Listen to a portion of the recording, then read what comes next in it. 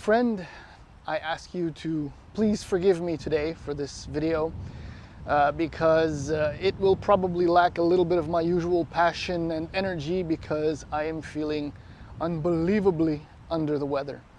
I look as bad as usual, but I feel far, far worse. And I'm actually quite upset because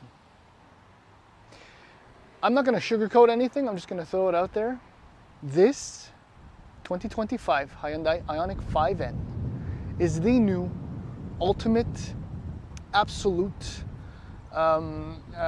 undisputed for now, super hot hatch champion in the world.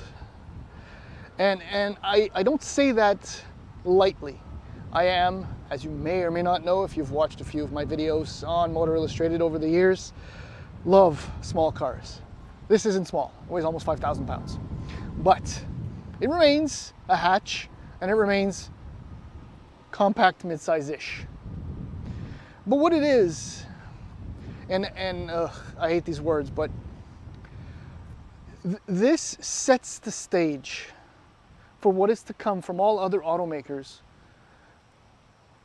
where high performance compact cars, this is where they have to start. Because this, to me, as you can see, I'm still not over it, but there's another reason. Okay, I was born 6 weeks before the GTI was born, so I never got to drive a Mark 1. But what it did was create something. Okay, so it did 0 to 80 kilometers per hour in like 8.1 seconds. This will hit 100 in 3.4, so it's the same, but it's not the same. But what it is, excuse me, is incredibly easy to live with. There are only 2 perhaps issues, and one of them is a reoccurring one with Kia and Hyundai products. Not the long-term reliability, that does not apply here.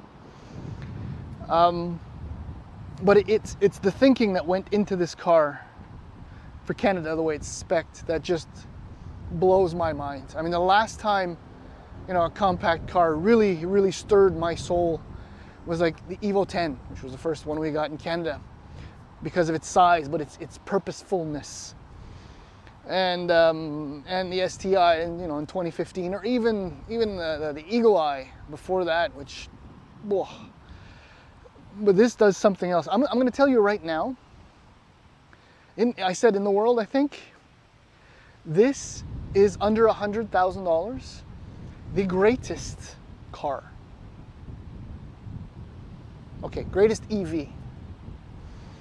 Because not only will it stick with and or crush the likes of a Model 3 Performance or a Ford Mustang Mach-E GT Performance and the EV6 GT, but it crushes them just over thanks to its style and its content. And even if you cross over into $100,000, Taycan, Lucid Air, all these super Model S Performance and so on and so forth. I'm skipping over a bunch of them. This one almost hovers above most of them. If it wasn't for the one thing, the principal issue. Anyhow, I guess the energy kind of comes with talking about this car because there's so much to say. So I apologize in advance.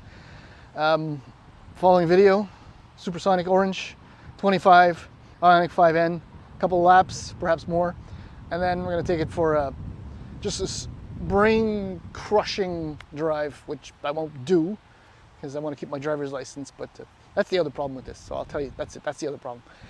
Please hang in there. And it's late in the day, so the sun is low, so there's going to be a lot of shadows. Apologies for that too. I'm apologizing a lot today. I said under 100 grand, right?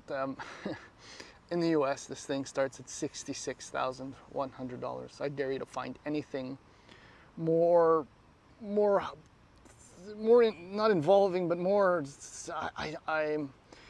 invigorating for that kind of money. In Canada, it's far more expensive because why not?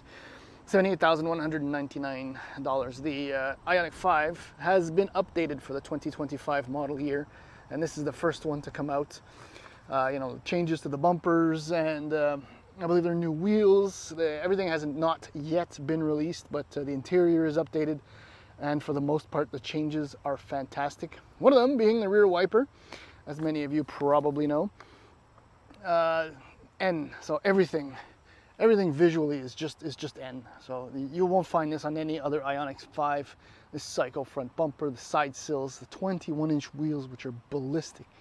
They look so strange, especially at night, but they're epic. 21s. Part of the equipment that you get with this thing is a twin 12.3-inch screen. So an exclusive exterior treatment as I walk around. I mean, it's the bumper, the diffuser, the little light, the spoiler is massive. It's fantastic. And oh, I said supersonic. I meant a Soultronic orange, my bad. It looks epic. It's just fantastic. It's beautiful. It's angry. The only thing visually I don't like are the damn handles, because I don't like them, period.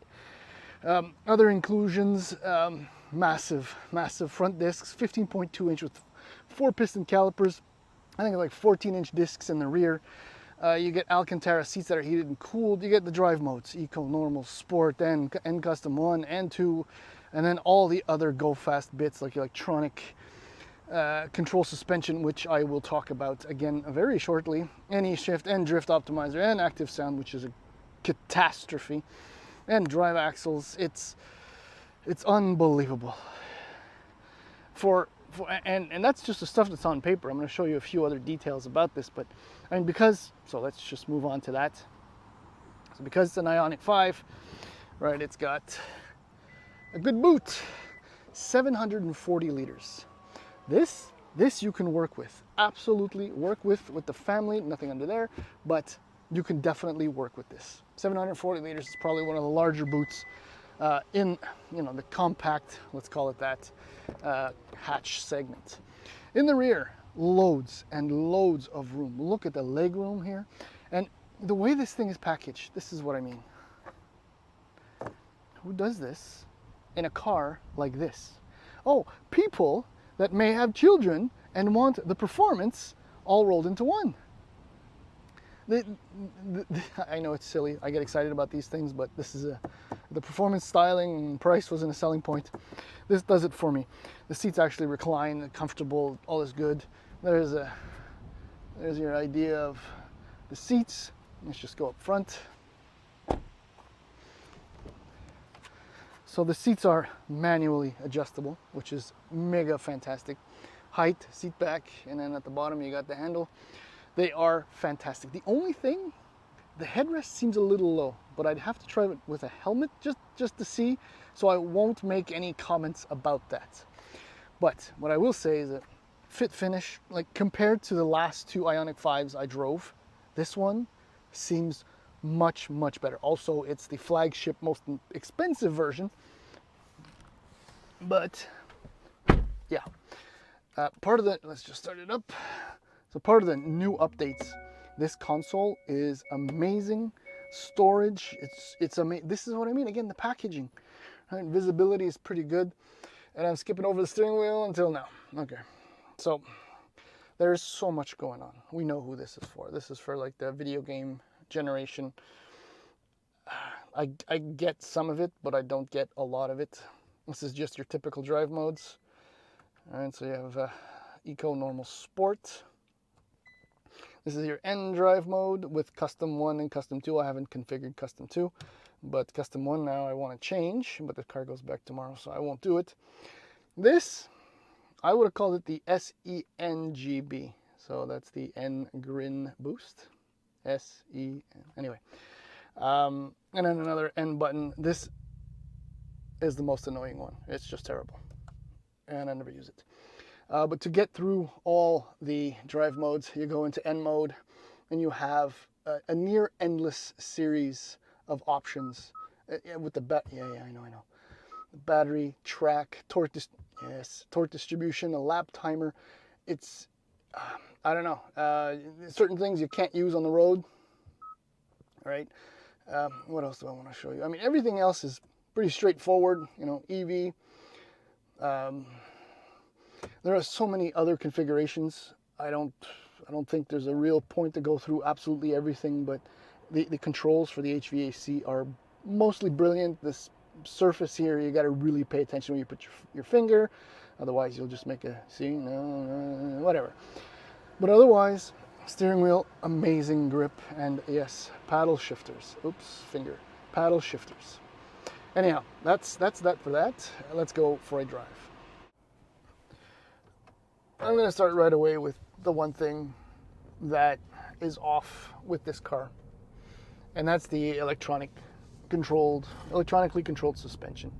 Like the EV9, like a few other Kia vehicles with or without the electronically controlled suspension. There was one exception with the GV60 recently. So I said Kia and Hyundai, not Genesis. The car feels out of sorts. It really does. It's especially obvious when you are in normal suspension mode, which is my default go-to comfort mode. Depending on what you drive through, over, whatnot, sometimes you swear the rear end is not wanting it. It just doesn't want to do what the front end is doing. And it becomes a little bit bouncy and a little bit wacky and out of sorts. It's so unfortunate. But thankfully, when you go in sport, a lot of that bounciness or the floating or the undulations or the body movements are very controlled. And there's only a tiny little penalty comfort-wise. This, I think, is only the second time where I say, you know what, the normal comfort mode is not the best one. You got to go into sport, and that applies here, and I did not expect it. In fact, when I first programmed Custom 1, I did everything almost sport, except for the steering and the brakes and all that, and the suspension. Okay, so I only did the powertrain, sorry. Only the powertrain was set up in sport. But look, this thing has, out of the box, 601 horsepower. I mean, this is RS territory. It's in a league, an elite league, and that's not all. The SENGB gives you an extra 40 horsepower for a few seconds. 641, and torque is 545 pound-feet, which goes up to 568 in Engrin boost mode. It's frightening.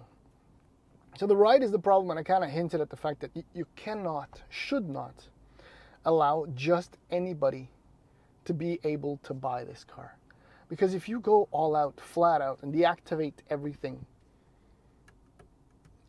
it's not difficult to control, but just a little bit of a weight transfer when you're giving it some steering input. You get wheel spin. This has end-torque vectoring. It's got everything to help you. But I don't know, I'm complaining, but I really shouldn't. But what I will complain about, the other thing is that, I don't know if you can hear it. Maybe not. Supersonic evolution, ignition, it is horrible. When I picked up the car, whoever had it before had it set. I don't remember on which one. And my colleague and I were in the car, and as soon as I activated the drive mode, we both went, ah, what the hell is that? I said hell. But why? What is the point? It's just terrible. Thankfully, you can shut it off. Thankfully, you can shut it off. You know what? I'll just stay in the mode. The other thing is, you can downshift. That was and it idles, and it's really cool how engineers manage to synchronize what feels like deceleration or acceleration with an actual, a programmed shift, which is not happening. It's really, really impressive. But it's utterly pointless, completely annoying, and I just have to shut it off. What else? I mean, I mentioned Custom 1. yeah, this thing weighs 5,840 pounds, something like that. So it's no lightweight, but with the 275 section tires, this thing is absolutely glued, unless you induce something. Like I said, a little bit of steering input and going full down to the floor, you're gonna get wheel spin. And I said, like, in non-NGB, I don't know why you would actually do that. It's 3.5 seconds, 0 to 100 kilometers an hour, and it's 3.4 in NGB. 84 kilowatt hour battery, 350 kilowatt charging speeds, all that is cool. 356 kilometers of range, which is no good, but it's absolutely perfect for this thing, for the application, for the madness that is the 5N. I love this car.